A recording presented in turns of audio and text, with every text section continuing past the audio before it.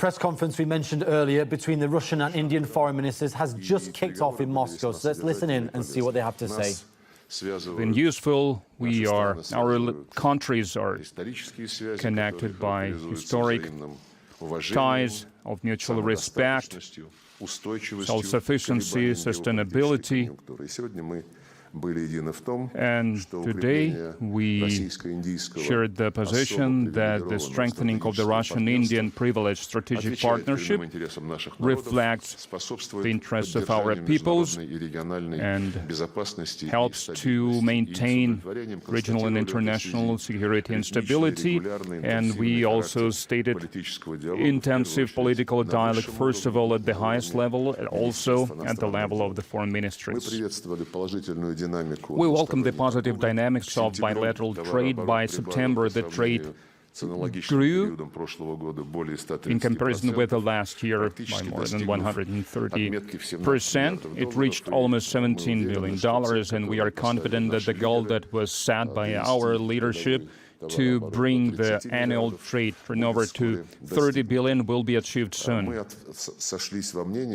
We agree that the key role in trade and economy and investment cooperation in the fields of logistics, transport, supply chains, high-tech, is played by the Intergovernmental India-Russia Commission on Trade, Economic, Scientific, Technological, and cultural cooperation. Today, Minister had a meeting with his counterpart, Deputy Prime Minister Denis Manturov. They are co-chairs of this commission. And as we were told by Minister, they held very useful, substantive talks as well. We talked in detail about the state and prospects of the conversation that are ongoing on the matters of launching international transport corridor north-south and some other areas that are related to logistics in our shared region. There are good prospects in cooperation in the energy sector and energy from Russia, supplying energy from Russia to India, and also developing energy in the Far East and the Arctic shelf of the Russian Federation. We talked about cooperation in the nuclear power sphere. As you know, there is a construction of Kudankulam nuclear power station, power plant, and further steps in this direction, for example, new site for the nuclear power plant designed by the Russian specialists, will help India to get safe energy. We also talked about the military cooperation, including joint manufacturing of the state-of-the-art weapons and space exploration as well, satellite navigation, space science, and manned flights, among other things. And we also talked about the agreements on the free trade between Eurasian Economic Union and India. We both highly assess the cooperation of Russia and India internationally, also in the UN and at the other multilateral platforms, including BRICS, Shanghai Cooperation Organization, Group of 20, and we also paid special attention to the situation in Afghanistan and in the Middle Eastern region and North African region as well. From our side, we have reaffirmed our high appraisal of the actions of our Indian friends regarding the situation in Ukraine and around it. I've informed the Minister on the special military operation aimed at achieving the goals that were set by the President of Russia during his speech on February 23rd of this year. And of course, we also talked about the situation that is now emerging around the attempts of our Western counterparts to use the Ukrainian situation as an excuse to strengthen their dominance in the international arena. not to allow any democratization to take place. I consider these talks to be very useful. They reaffirmed our mutual willingness to strengthen our cooperation in all the areas, and we will stay in contact also during the upcoming multilateral events in ASEAN and G20 that will take place this week. Thank you for the attention. Thank you. Friends of the press, as you all know, I'm here in Moscow for my regular consultations with Foreign Minister Sergei Lavrov. I also met Deputy Prime Minister Denis Manturov, who is my counterpart as the co-chair of the Intergovernmental Commission that we both head. We, of course, are still in the midst of our discussions. We have done one round of our talks. So I will give you both a readout on what we discussed, as well as some issues which I think we will be taking forward immediately after this press conference. Now, before I come to that, it is important that I lay out the context for this visit. Normally, that would not be necessary, but these are unusual times. Let me begin by emphasizing that India and Russia have a long-standing partnership that has served both countries very well over many decades. This covers a range of practical cooperation in fields like trade, investment, energy, commodities, etc., as well as sensitive domains like defense, space, and nuclear. My objective in coming here today is to sit down with my Russian counterparts, Minister Lavrov and Deputy PM Manturov, and assess how we are doing. There are clearly challenges that we need to address, as well as prospects that we are exploring. For this stock-taking exercise, I am accompanied by senior officials from the Indian Ministry of Farmers' Welfare, Petroleum and Natural Gas, Ports, Shipping and Waterways, Finance, Chemicals and Fertilizers, as well as Commerce and Industry. In the last few years, we, India and Russia, we have grappled with how to expand our bilateral trade and introduce more factors of long-term stability and growth. Some of these discussions are now yielding results, accelerated by the stresses that the global economy is currently experiencing, including as a result of the Ukraine conflict. Minister Lavrov and I have noted the significant growth in our bilateral trade this year and focused on how to make it more sustainable. We are naturally concerned at the trade imbalance and have raised with the Russian side how to address the impediments that stand in the way of greater Indian exports. We reviewed the progress of our space and nuclear programs. It is also essential that our time-tested defense relationship continues to perform smoothly. Notably, our energy and fertilizer cooperation has been strengthening, and our achievements of the last few years have become a foundation to do more. Foreign Minister Lavrov, of course, has spoken about some of these issues in his remarks.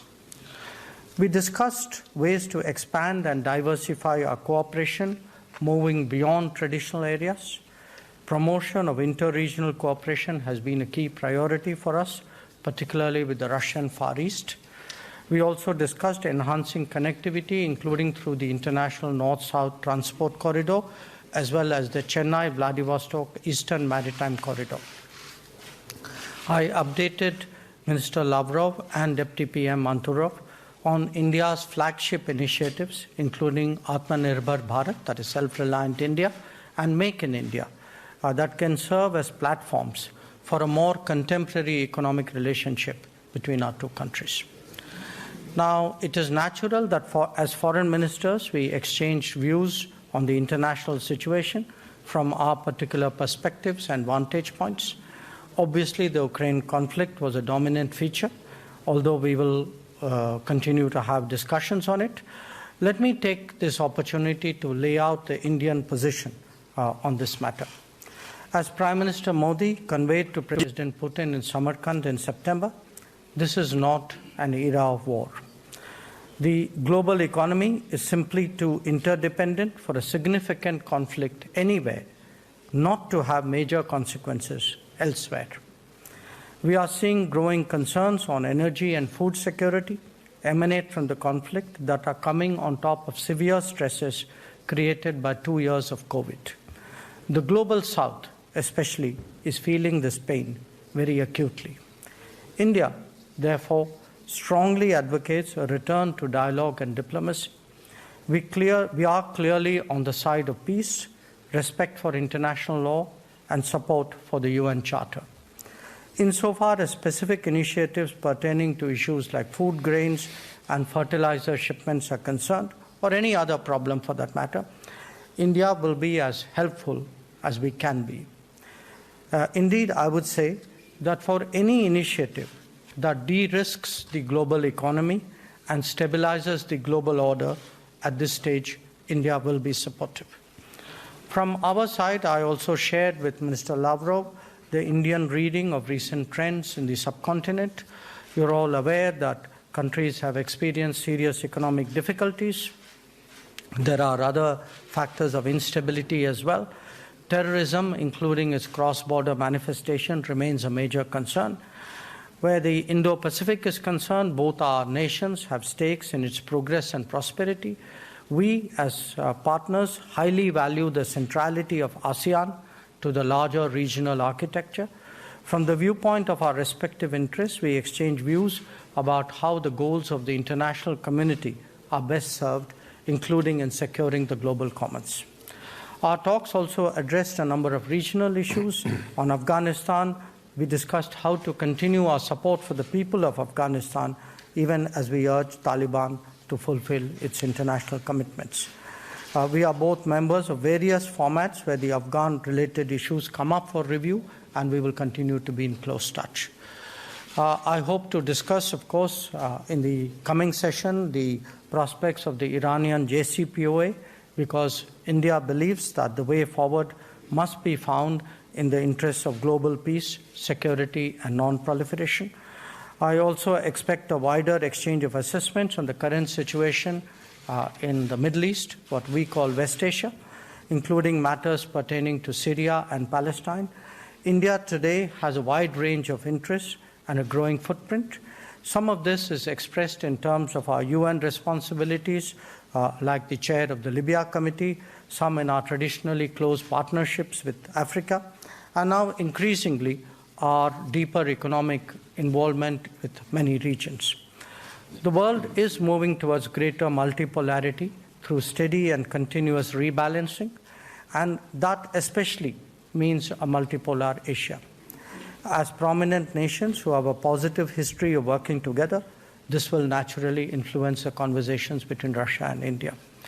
Our two countries are members of the G20, the BRICS, and the Shanghai Cooperation Organization, amongst others. How we work together in these formats is also on our agenda. You all know that India has assumed the chair of the SCO and will take over the presidency of the G20 in December. We strongly believe that the pressing concerns of the international community as a whole must be fully recognized and effectively addressed. The state of multilateralism, especially the working of the UN and its key organs, is today clearly wanting. Even as we focus on the immediate, the case for reformed multilateralism, including a reformed UN Security Council, is becoming difficult to deny. We welcome Russian support for India in that regard. In conclusion, let me say that we have had a morning of very open and productive exchanges. As I noted, we are still somewhat halfway through our discussions, but Minister Lavrov, allow me to thank you for your hospitality, for your welcome, and I'm confident that our talks will contribute to the further development of India-Russia cooperation. Colleagues, now we are ready to take your question. Indian Network TV9, please. Здравствуйте, ministers. My question to Dr. Jaishankar. Minister, since you are accompanied by a large delegation of come representative from various ministries and departments. So do we take it as a signal that India's intent to continue or enhance cooperation with Russia in all spheres, despite all kind of challenges and so-called threats?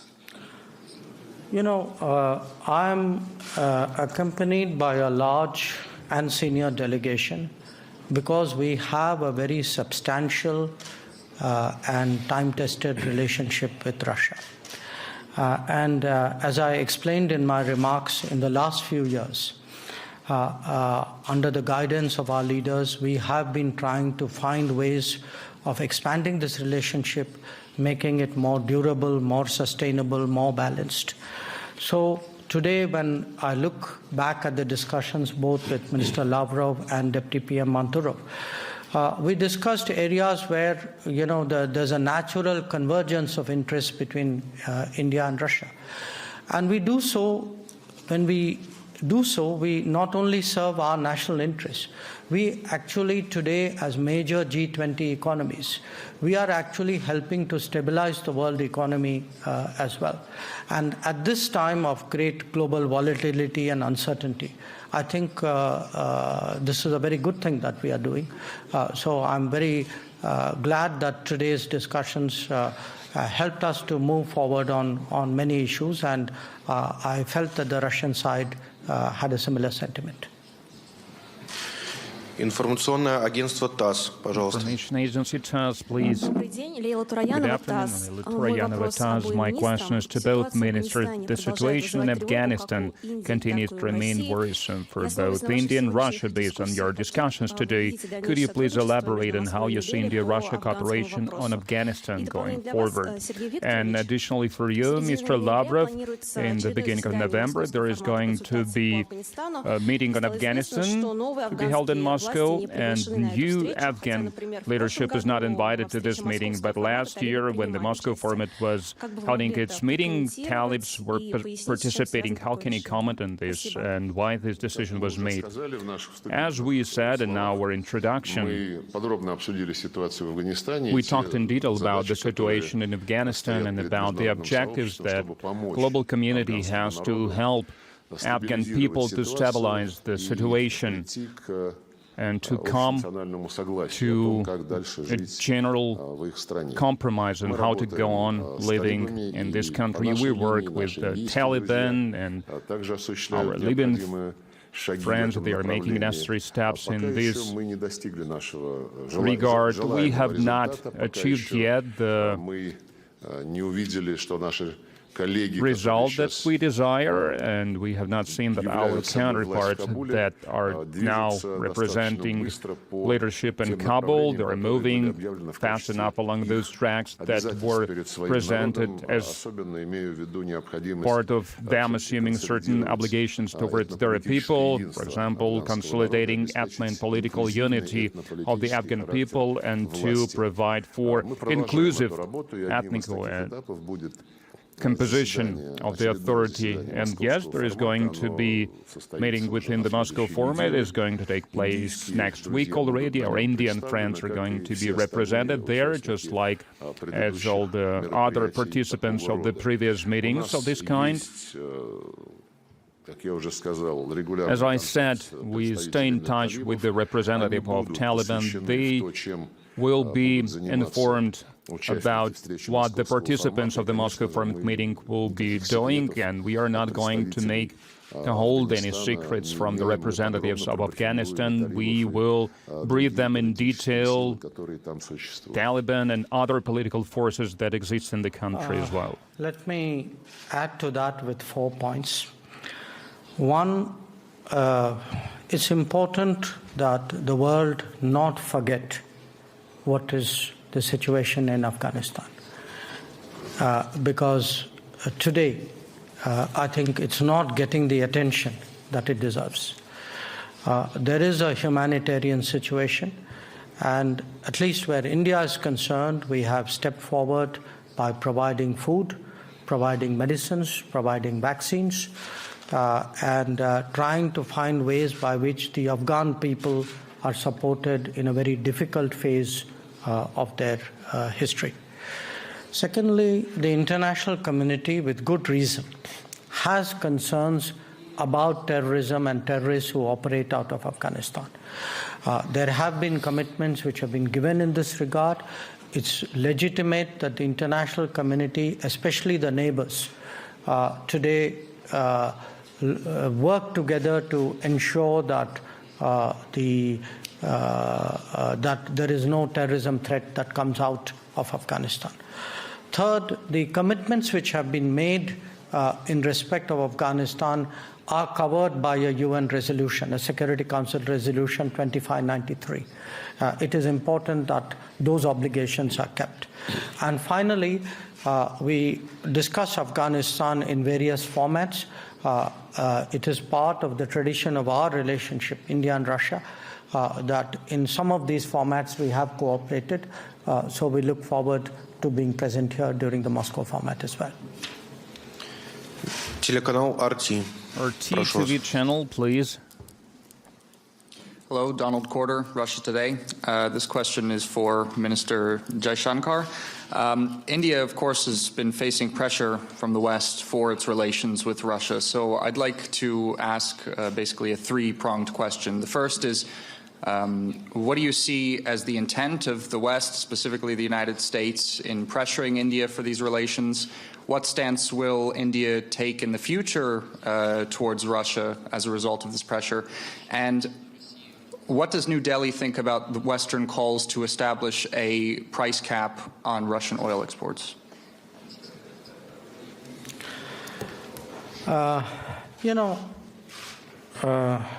can say a lot about India-Russia relations. I think the fact that I'm here today with a delegation to review our cooperation, to see how we can take it forward, to create a long-term sustainable basis, I think says most of all. For us, Russia has been a steady and time-tested partner. And as I said, any objective evaluation of our relationship over many decades would confirm that it has actually served both our countries very, very well. So if it has served my country very, very well for many decades, I think you can see the obvious interest and commitment I would have in keeping that relationship strong and steady. As regards, the oil supply issue, first of all, there is a stress on the energy markets.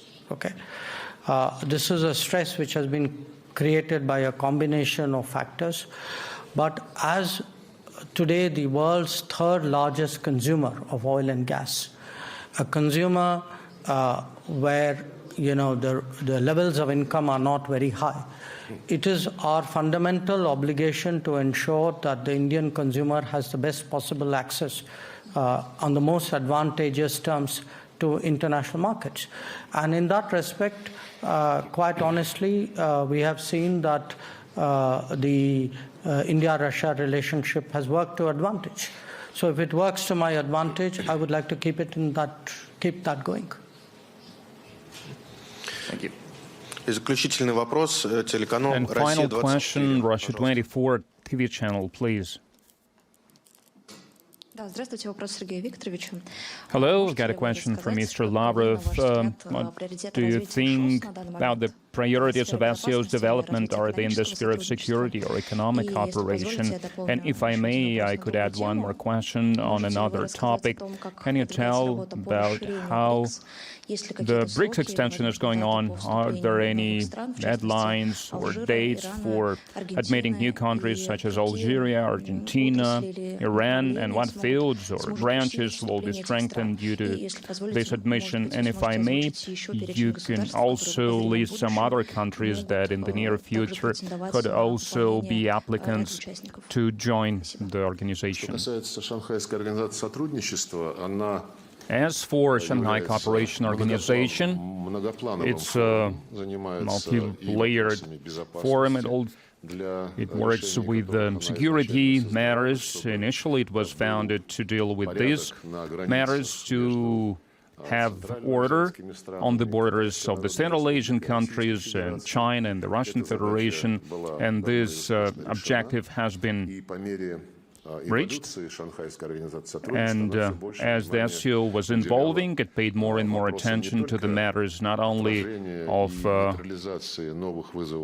rebuking or neutralizing new challenges such as terrorism, extremism, or separatism, but also it worked and dealt with the matters on using its advantages, because it is located on the huge Eurasian continent. Actually, it occupies the best part of this continent, so SCO can use its advantages to expand its economic and trade ties and to establish additional transport infrastructure that is going to minimize costs and will increase the profits and will be beneficial for each of our countries. If you add to this the prospect of using the northern maritime route, not only land-based routes, then in these prospects that SCO has, they are quite impressive. And with our Indian friends, we work in this direction to use Northern Sea Route more efficiently and to use those oil and gas fields that are existing in the Arctic, to use them more actively. And apart from cooperation and security and working on stability in our shared region to develop ties, to work on joint infrastructure projects in the CO, we also develop cultural and humanitarian cooperation. For example, we have political centers and our cultural ministries are working together. We have exhibitions and so on. It's very much in demand. And also, the BRICS organization is very important. Brazil, Russia, China, India and South Africa, and there is a lot of interest in this global organization, and this interest is increasing. You mentioned certain countries, Algeria, Argentina, Iran, that are showing interest to this organization. Actually, there are more than a dozen such countries, and this June there was BRICS Summit via video link. It was chaired by the Chinese People's Republic.